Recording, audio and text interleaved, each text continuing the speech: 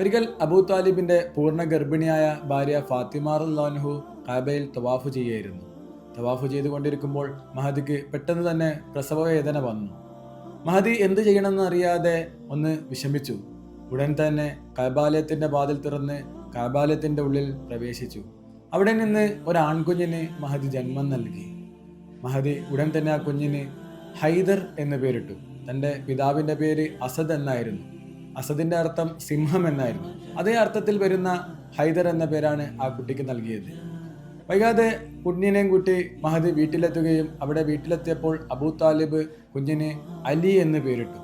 ഹൈദർ അലി, ഇസ്ലാമിൻ്റെ 4ാമത്തെ ഖലീഫ, നബി സല്ലല്ലാഹു അലൈഹി വസല്ലമയുടെ ഏറ്റവും ഇഷ്ടപ്പെട്ട ശിഷ്യനും മരുമകനുമായിട്ടുള്ള അലി റളിയല്ലാഹു അൻഹു, ഫാത്തിമ റളിയല്ലാഹു അൻഹുവിൻ്റെ പ്രിയപ്പെട്ട ഭർത്താവ്, ഹസൻ ഹുസൈൻ റളിയല്ലാഹു അൻഹുവിൻ്റെ പിതാവ്. അലി റളിയല്ലാഹു അൻഹുവിൻ്റെ പേര് കേൾക്കുമ്പോൾ കറമല്ലാഹു വജ്ഹഹു എന്ന് ചൊല്ലലാണ് ഉത്തമമെന്ന് പണ്ഡിതന്മാർ നമ്മെ പഠിപ്പിക്കുന്നു.